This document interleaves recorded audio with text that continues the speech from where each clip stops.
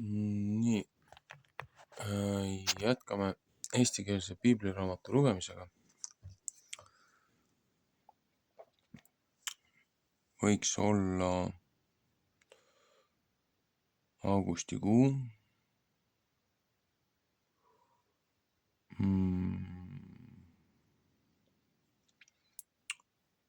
Kolmas hingamispäev, 15. august.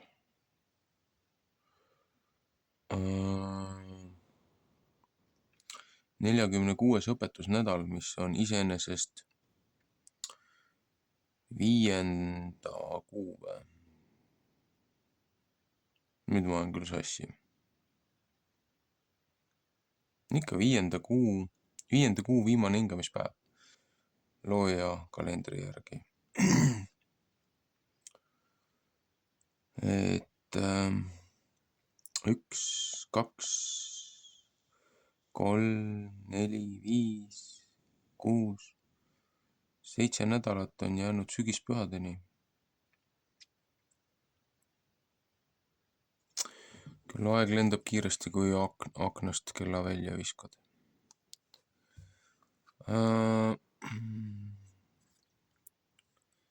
Siis ta peaks olema jah, kui siit on, see on see, 30. päev on see kellukene on niimoodi, see on niimoodi.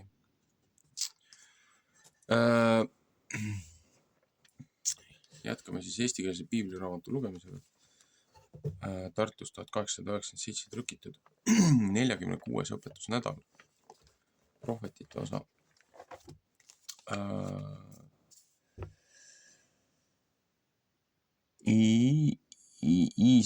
Jeesaja raamat 49:14-51:3.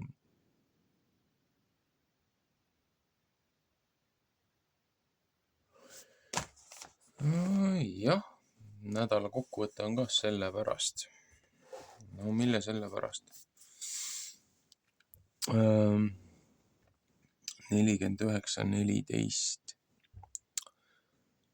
Aga Sion oli ütelnud, Jehova on mind maha jätnud ja issand on mind ära unustanud. Laul 13:2 ja 40:20. Kas naine oma lapsukese ära unustab, et ta mitte ei peaks oma ihu poja peale halastama? Ehk nemad ka ära unustasid, siiski ei taha ma sind mitte ära unustada. Kas naine oma lapsukese ära unustab? No jah.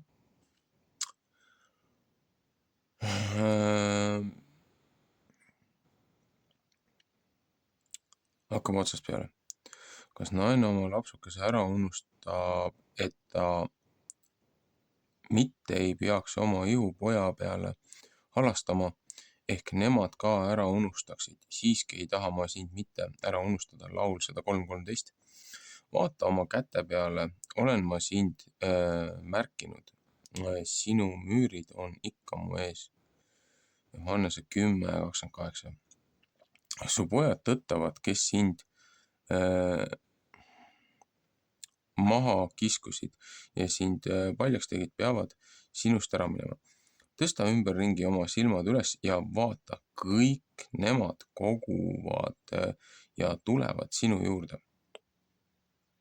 Nii tõesti, kui ma elan, ütleb Jehova, sa pead nende kõikidega kui ehtega ennast ehitama ja neid enese ümber siduma kui pruut.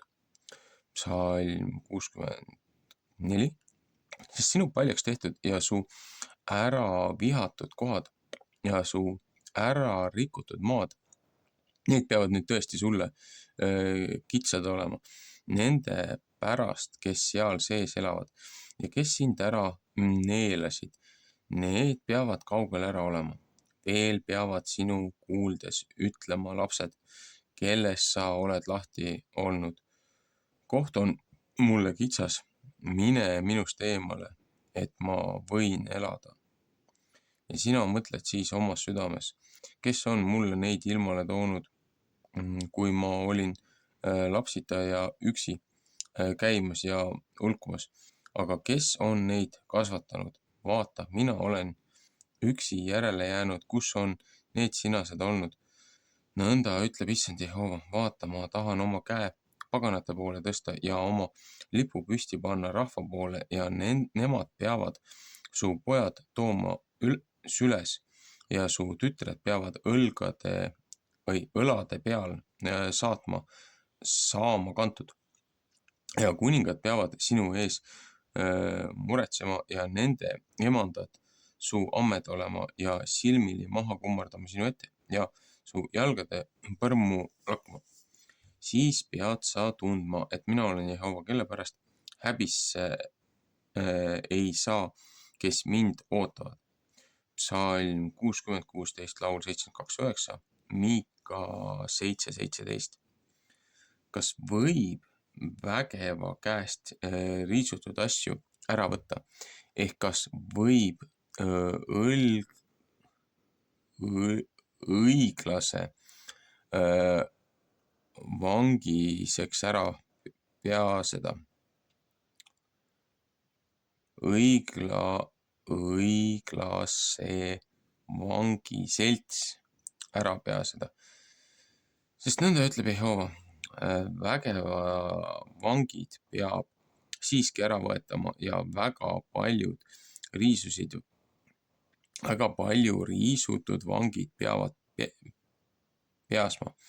Ja mina tahan riielda nende vastu, kes sinu vastu riidu tõstavad ja mina tahan su lapsed ära peasta. Luuka 11:22, laul 35:1. Ja tahan neid, kes sind vaevasid, sööta nende oma lihaga ja nemad peavad omast merest joobnuks saama, otse kui värskest viinast ja kõik liha peab tundma, et mina olen Jehova, su ärapäästja ja su lunastaja, kes Jakobis vägev on.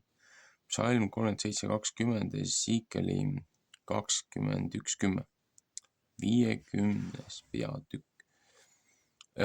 Juutide valu, kes Kristuse kannatamisest ei hooli.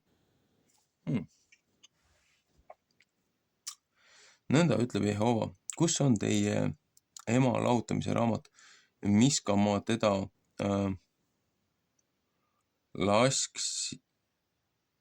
lasknud ära minna. Ehk kes on mu võla isandaist, kelle kätte ma teid ära müünud.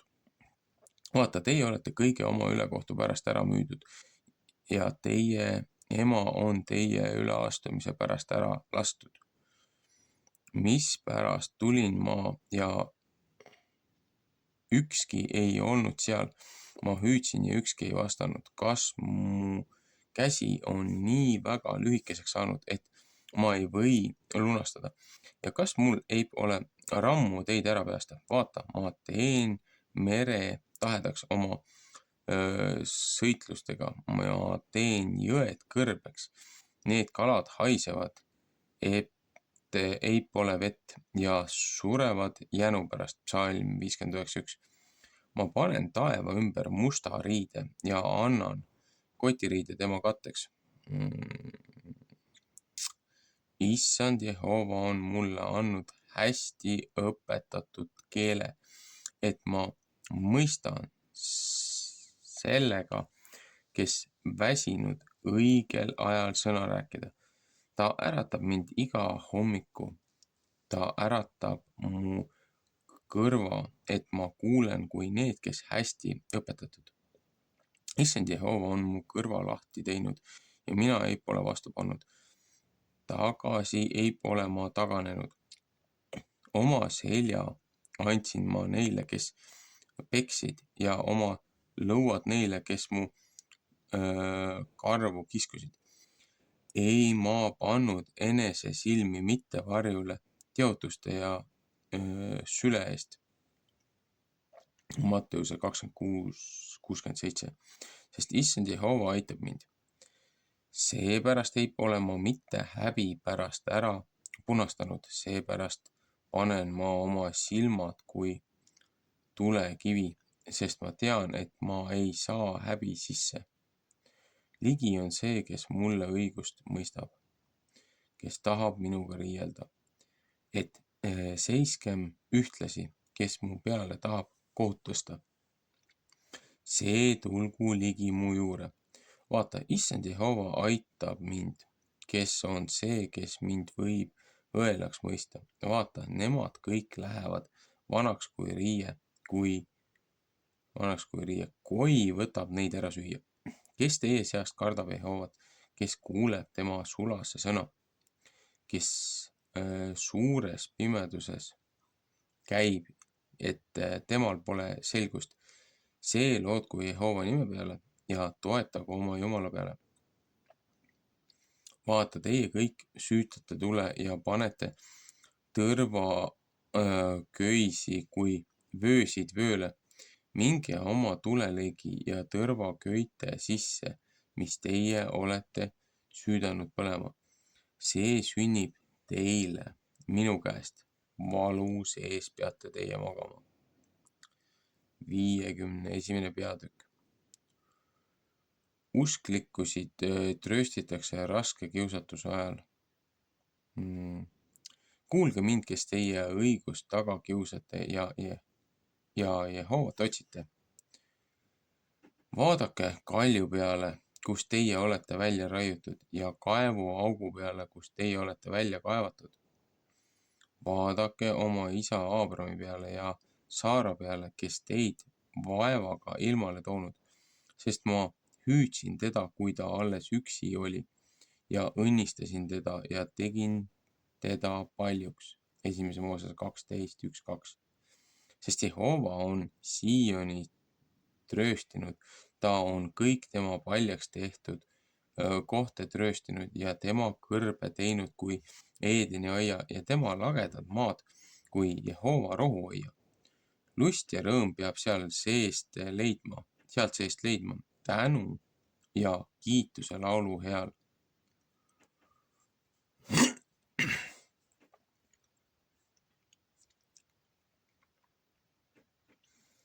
No,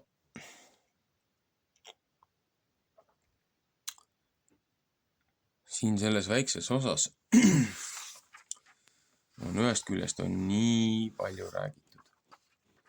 Aga selleks, et sellele asjale nagu paremini pihta saada, on rohkem konteksti vaja. Siin tuuakse võrdlust, kui ema ja lapsed ja räägib kui perest ja kui üks või teine on ära pöördunud. Aga kogu see aeg on põhimõtteliselt, millest ta siin räägib. See on üks järjekordsetest vangistusaegadest, kui rahvas pöördus loojast, hakkas tegelema igasuguste lollustega ja looja andis nad siis tugevamate kätte. Siin räägib, et vangid tugevate käest päästetakse ära ja saavad välja ja samas looja ütleb, et abistab ja aitab, et isegi meret teeb kuivaks ja jõed teeb kuivaks ja kalad lähevad seal haisema, et kaladel ei ole süüa. Ja seal samas hiljem ütleb, et nagu kõik need kõrbekohad, et need on kui Eedeni rohuaed, on ju. Ja seal saab olema rahu ja puhkus kõik, kes on looja hinguses, looja õpetuses, looja õnnistuses. Aga mida siis on selleks õnnistuseks ja selleks rahuks vaja? Et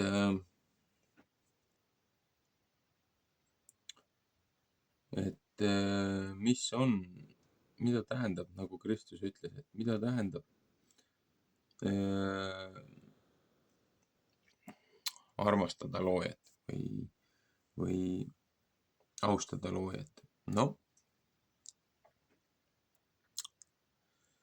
Kristus ütles, et kogu käsuõpetus, kogu seadus on taandatud kahele, et austa oma loojat, armasta oma loojat ja austa oma ligemist kui iseennast, on ju.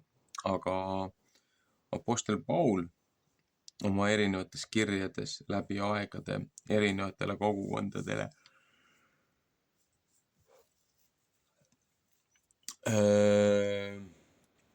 kui ma ei eksi, siis kiri roomlastele, seal on nagu hästi-hästi süstemaatiliselt on paljud asjad välja kirjutatud.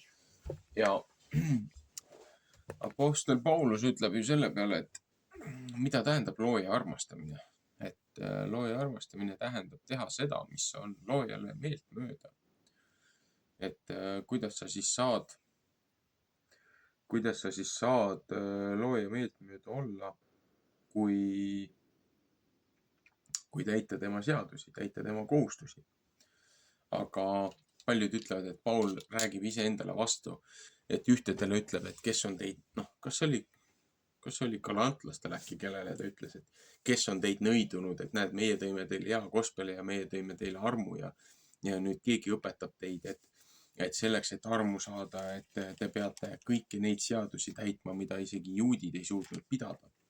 Aga et Apostel Paulus räägib siin iseendale vastu. Ei, Apostel Paulus ei räägi iseendale vastu.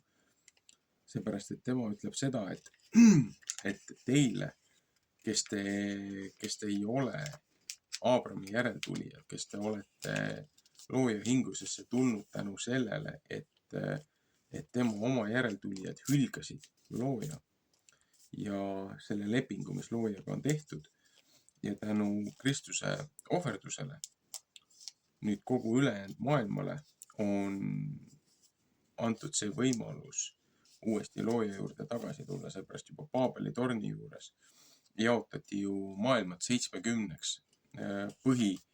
põhigrupiks, et 69 läks maailmale ja üks jäi loojale.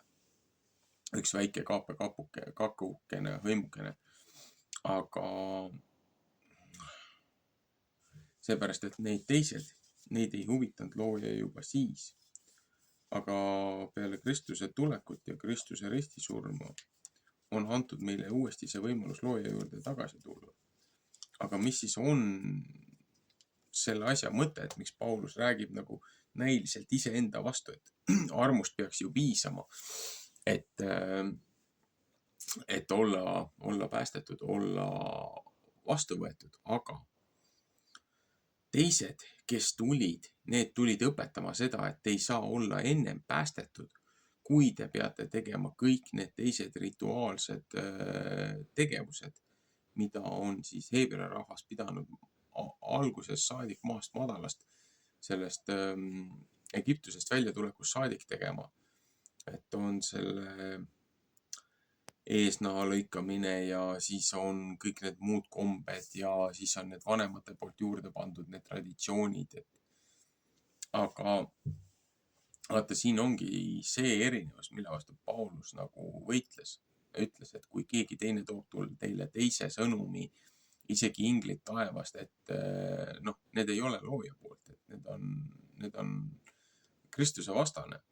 Et Kristus tõi teile armu, et miks te tahate seaduse all olla, aga probleem ongi selles, et paljud inimesed ei saa sellest aru, et õnnistus ja päästmine ja lunastus looja poolt läbi Kristuse vereohvri ja selle armu, see on tasuta kingitus. Sa ei pea midagi tegema selleks, et seda teenida. See on sulle antud niisama. Aga meil on ära lahutatud, mida tähendab usk. Meil on tehtud see nii ära segatud, nii ära lahustatud, et inimesed ei saagi sellest aru. Usk oma algses kontseptsioonis tähendas seda, et see ei ole ainult see, mida sa mõttega mõtled, vaid mida sa oma käitumise ja tegudega ka peegeldad. Ehk siis, et jah, Kristus on andnud meile selle vabaduse, Kristus on andnud meile selle armu, et kui me midagi tuksi keerame, et pole kõige hullem, et kui me seda sihilikult ei tee, tõesti patukahetsuses kahetseme seda oma üleastumisi, et siis meil on olemas nagu eestkostja looja ees.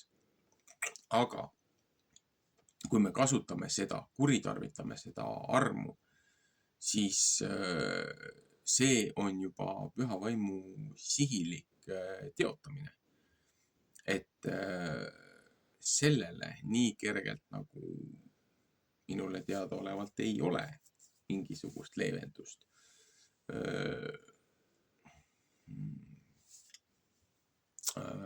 Kuigi on erinevad nüansid, millest ütleme niimoodi, et see on looja ja selle üleastuja vahel. Et kuidas tema seda asja mõistab. Aga küsimus ongi selles, et mis asi siis on patt. Patt on seaduse rikkumine, on ju. Noh, et nagu need on nii elementaarsed kontseptsioonid ja siis ongi see, et nagu jah, meil on antud arm, see on tasuta kingitus, vaba kingitus, et keegi ei peaks oma tegude pärast nagu kiitlema, et näed, mina teen seda, teist ja kolmandat ja neljandat. Umbes nagu, ma ei mäleta, kas oli apostlite tegudes. Ühes raamatus oli, et üks kõva tolle aja eliit läheb sinna templi ette ja tambib rusikaga vastu rindu ja vaatab üles ja et looja, mul on nii kõva mees, et ma paastun 2 korda päevas ja annan kõigist oma sissetulekutest, annan kirikule almust ja et ma olen nii hea inimene, mitte nii nagu see siin kõrval kuradi tühikargaja, on ju. Ja siis seal samas on kõrval on teine mees, kes ei julge isegi üles looja poole vaadata ja ütleb, et ma olen patune, ma olen eksinud, on ju, et halasta mu peale seepärast, et ma lihtsalt ei suuda, on ju. Et see mees, kes kiitleb oma tegudega, kui aus ja õilis ta on, see mees ei ole looja silmis nii kõrgel kohal kui see, kes see reaalselt tunnistab, et ta on eksinud. Aga siin ongi see vahe, et mis on armu ja siis selles nii-öelda nagu seaduse vahe, et aga miks me siis pühasi tähistame, miks me siis hingamispäevast lugu peame, miks me kõike neid asju teeme, et noh, looja pühad on ju, et miks me siis ei võiks minna nagu nende uute pühade peale, nagu on need kõik need meie modernsed, need jõulud ja lihavõtted ja Halloweenid ja kõik muud siuksed pühad, et nagu, et kui minna tagasi nendesse esimestesse Moosese raamatutesse, seal juba ütleb, et need ei ole juutide pühad, need ei ole heebrealaste pühad, need on looja pühad. Ja need on igaveseks, need seadused. On need kevadpühad, on need sügispühad, on see saagikoristuslõikus, on see seaduse andmine Siinai mäe peal, see Pentikost, on ju. Et on see hingamispäev, see on eriti tähtis. Hingamispäevaga tuleb kaasa ka tõotus. Et need, kes on looja poolt välja valitud looja hingamises, need on kaitstud loojamärgiga ja lõpuaegadel, kui tuleb see nii-öelda metsalise märk, see saatana märk, et need, kes valivad siis tema seaduse, need saavad omalt poolt ise märgi. Et juba ainuüksi see 4. käsklus, hingamispäeva käsklus, mille Rooma katolik kirik omavoliliselt ära muutis. Juba see on vastuolus looja õpetusega.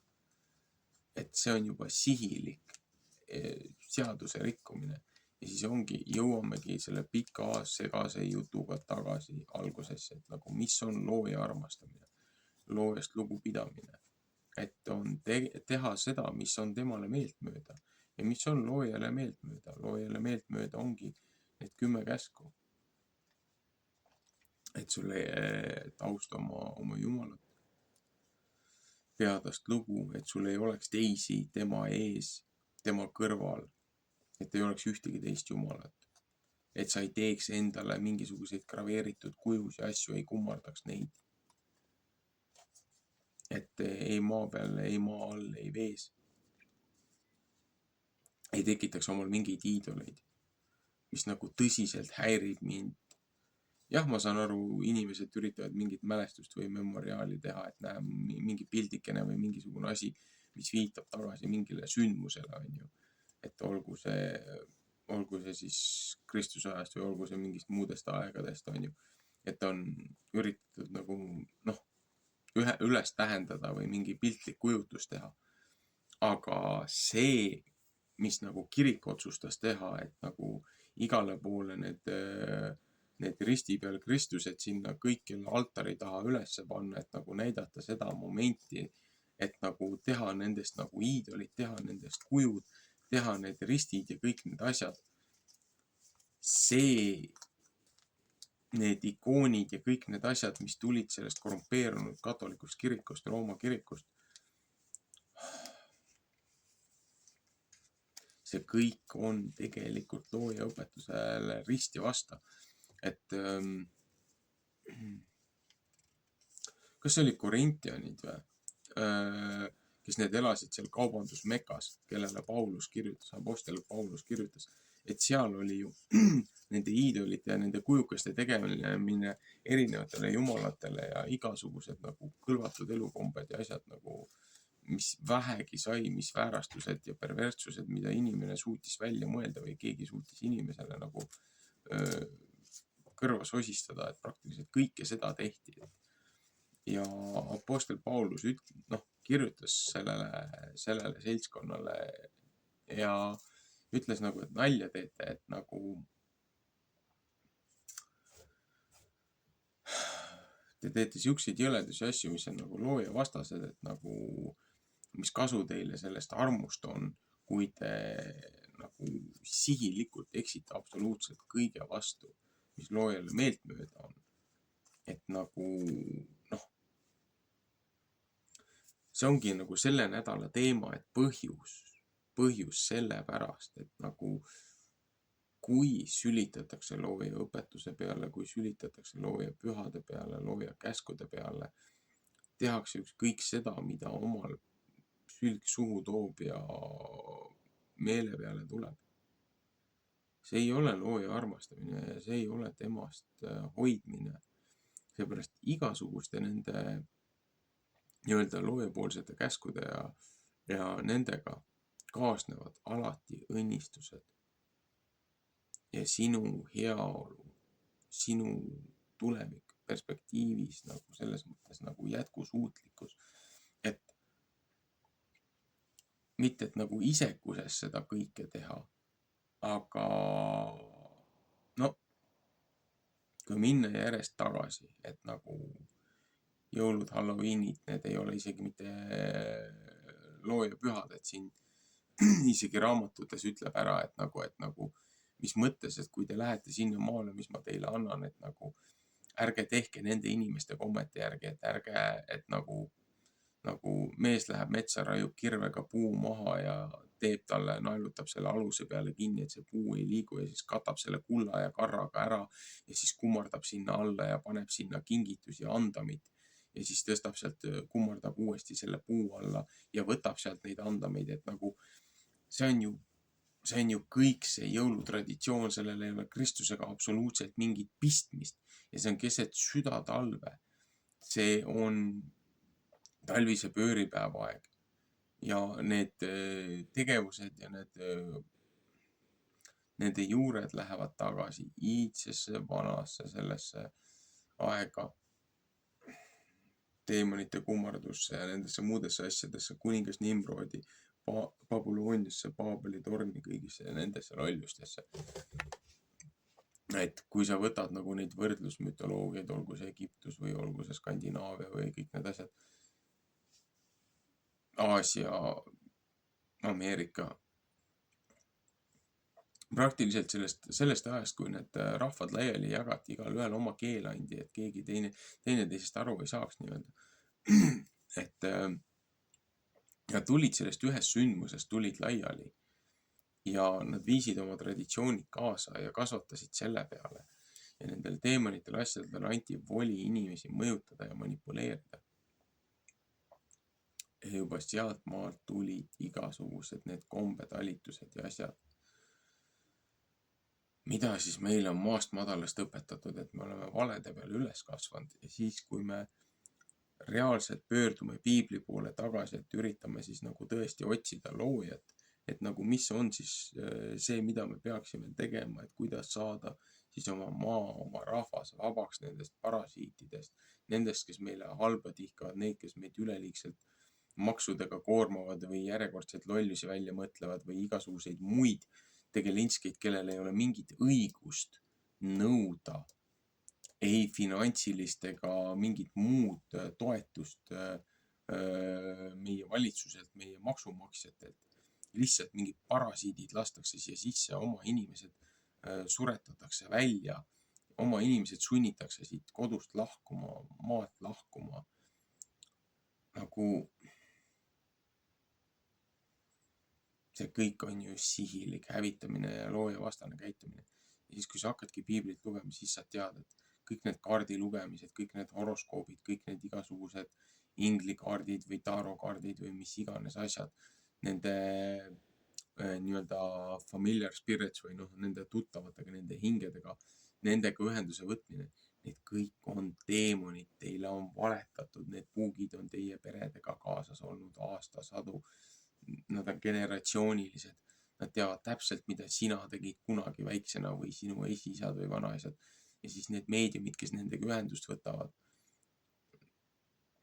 need on juba vastuolus loojaseadusega, seepärast, et nad tegelevad nekromantsiaga, surnute lausumiste ja muude asjadega, et tegelikult kõik need traditsioonid, mida meil on maast madalast õpetatud, need on risti vastuolus piibliga, olgu see hiidedel käimine või surnutega rääkimine, nendele mingite altarite tegemine.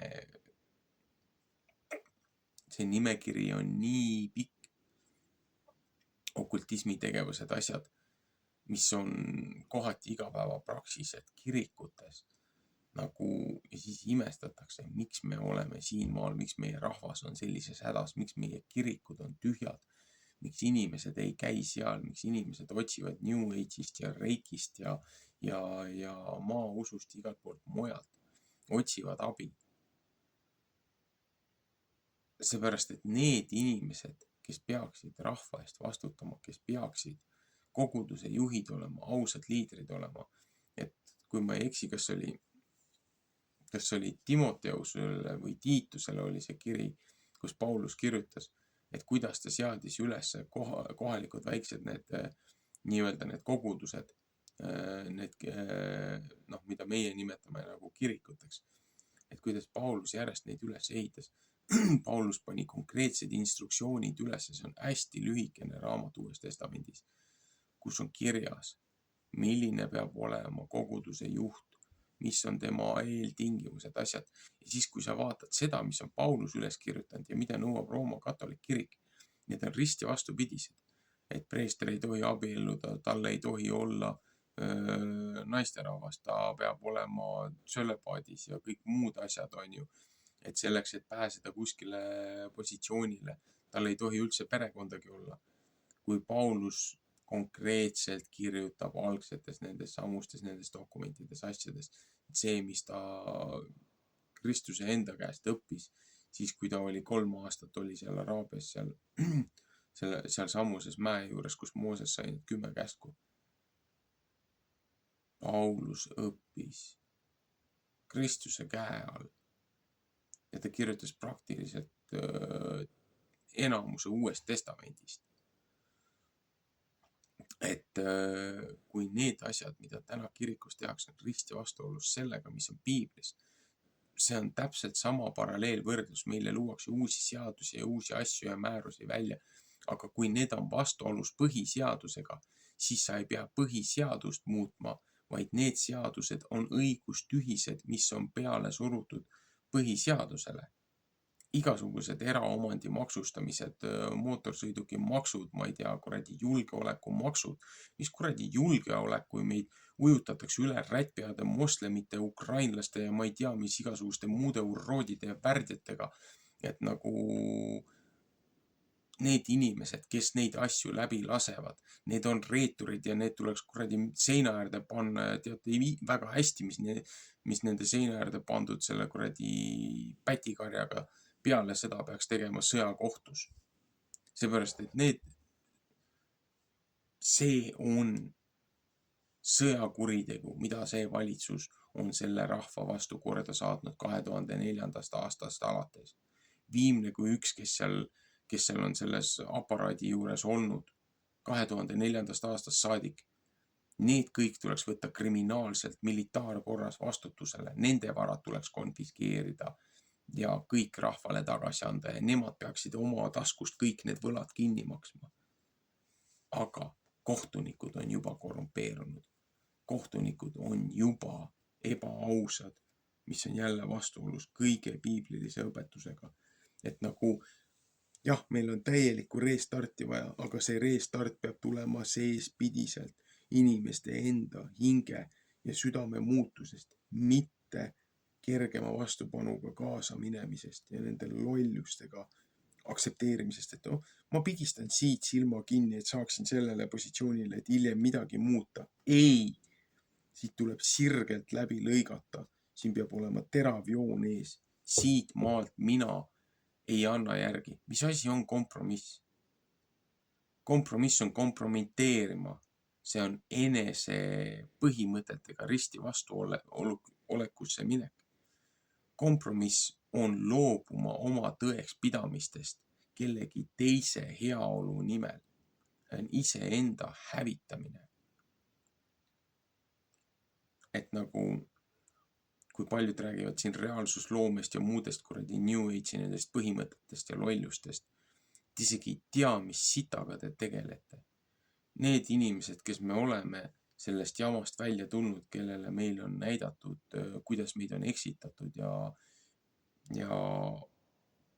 meid on väänatud ja moonutatud. Me teame väga hästi, millest me räägime ja meie ei ole nõus kompromiteerima ei oma alustalasi, ei oma tõekspidamisi. Seepärast me teame, mis on alternatiiv. Ja juba alalhoiu instinkt ei lase meil looja vastu astuda ja veel nii kaalukates asjades. Seepärast ongi, et see seaduse jälgimine ja see nende asjade tegemine, see ei õigusta meie armu, mis on looja meile andnud. Vaid see ongi see, et kui sa armastad, austad kedagi, siis sa püüad ju teha nii palju tema järgi kui vähegi võimalik. Tema heakskiitu, seda pälvida, on ju. Aga see ei tähenda seda, et sa peaksid olema ajudeta alandlik robot, kes teeb ainult seda, mida teine tahab. Sul peab omal mõistus olemas olema. Sa pead ise suutma mõelda ja aru saada paljudest asjadest. Aga siin ongi see, et nagu, kui sa teed risti vastuoluliselt neid asju, mis nagu elu sees nende tõekspidamistega kokku ei lähe, see ei ole armastus selles mõttes nagu lihtsalt me võime seda ükskõik mis madalale, kõrgemale elutasemele selle nagu võrdluse tuua. Aga fakt on see, et kui meie eksime looja poolt seatud seaduste vastu sihilikult ja üritame neid väänata ja muundada, siis tulevadki kõik need muud probleemid, kõik need muud jamad. Tulevad uued vangistuspõlved, tulevad uued rõhumised, tulevad uued allasurumised, tulevad uued varade konfiskeerimised, surnuks maksustamised, näljad.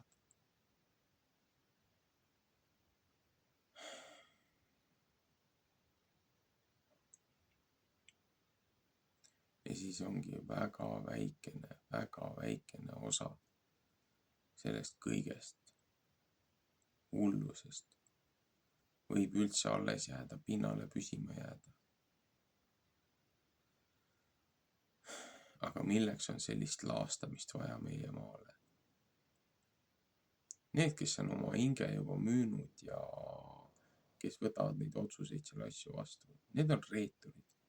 Neid ei saa isegi mitte eestlasteks pidada või meie kaasmaalasteks või ma ei tea, kelleks iganes. Need on reeturid. Jah, paljudel võib-olla koputatakse südametunnistusele, nendest üksikud püüavad heastada seda, mis nad on kokku keeranud, aga enamus nendest, see on juba pöördumatu otsus. See on juba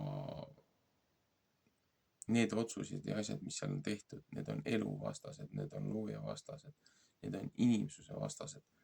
Et see on see langenud inglite õpetus. See on see saatana õpetus, et see on see sõda inimkonna vastu, seepärast ta on kade meie peale, seepärast meie oleme tehtud looja järgi, et me oleme nagu looja näokandjad või noh, selles mõttes looja sarnasuses on inimkond loodud. Ükski teine maailma loomingust, meie mitmekesisest looma- ja linnuriigist ja ükskõik millest muust taimedest, mitte ükski muu klass ei ole ligilähedanegi sellele, mis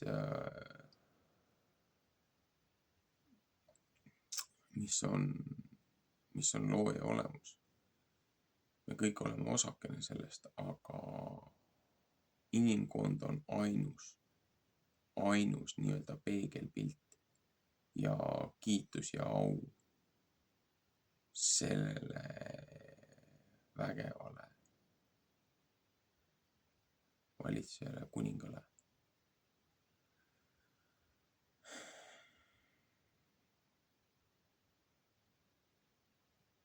Aga noh, mõningate südamed on lihtsalt nii kõvaks tehtud, et ju siis neid ei huvita. Neid lihtsalt ei huvita. Mis tähendab seda, et ülejäänud rahvas kannatab selle arvelt rohkem. Aga võib-olla sellel kannatusel on ka teisest küljest hea pool, et võib-olla need inimesed, kes siiamaani olid kõigusoojased, leelisoojased, et nendel ei olnud ei ühele poole ega teise poole külma. Võib-olla selle kõige kannatuste ja tribullatsioonide keskel tärkab üles üks seltskond inimesi, kes võib-olla teadsid, et midagi on valesti, aga neil ei olnud õrna aimugi, kuhu poole pöörduda või mida otsida. Seda enam on meil vaja kirikud ja kogudused korda teha ja loojaõpetus aukohale tagasi tuua ja inimeste tehtud, meeste tehtud traditsioonid kõrvale heita ja kogu see võlts farss ja see tsirkus ära lõpetada. Algsesse, õigesse, puhtasse loojaõpetusse tagasi naasmine. Väga paljud jäävad oma igasugustest muudest traditsioonidest ja kommetest ilma. See on nagu lapselt kommi äravõtmine. Aga teepõrgusse on sillutatud heade kavatsustega. Ma olen seda fraasi mitmes keeles, mitmes valdkonnas vestlustes selle viimase 1,5 nädala jooksul nii palju kuulnud, et see muutub juba nagu katkise plaadi viskamiseks. Aga nii on. Ühesõnaga, prohvetite osa oli iseenesest lühikene, aga see kommentaaride sektsioon ja see pool, see venis liiga pikaks, seepärast et ma räägin kogu see Jeesaja raamat otsast lõpuni. See on nii paksult täis kõike seda.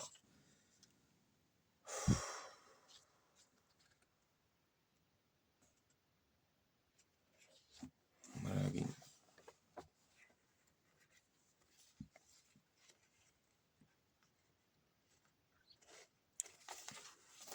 Peangi jätkama kuningate raamatu lugemisega. Ai. jätetakse ääre pealt selle raamatu ära rikkunud. Järjehoidja kleepus kinni. Ühesõnaga, jätkame teinekord. Meeldivat hingamispäeva neile, kel meeldib veel hingata.